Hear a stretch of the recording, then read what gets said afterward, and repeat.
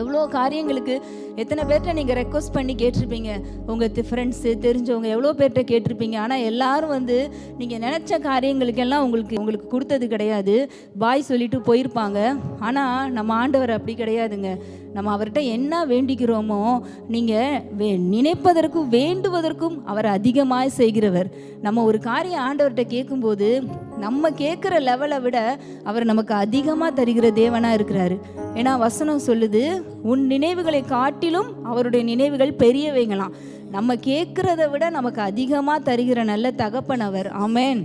நீங்கள் ஆராய்ந்து முடியாத பெரிய காரியங்களையும் எண்ணி முடியாத அதிசயங்களையும் உங்கள் வாழ்க்கையில் செய்ய அவர் வல்லவராக இருக்கிறாருங்க.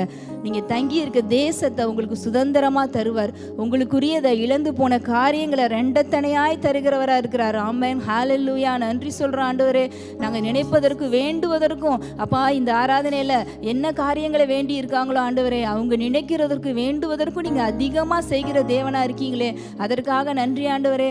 நாங்கள் வேண்டிக் கொள்ளும் போதே நாங்கள் வேண்டுறது இன்னது என்பதை நீங்கள் அறிந்திருக்கிற கர்த்தராக இருக்கிறீங்க ஆண்டவரே.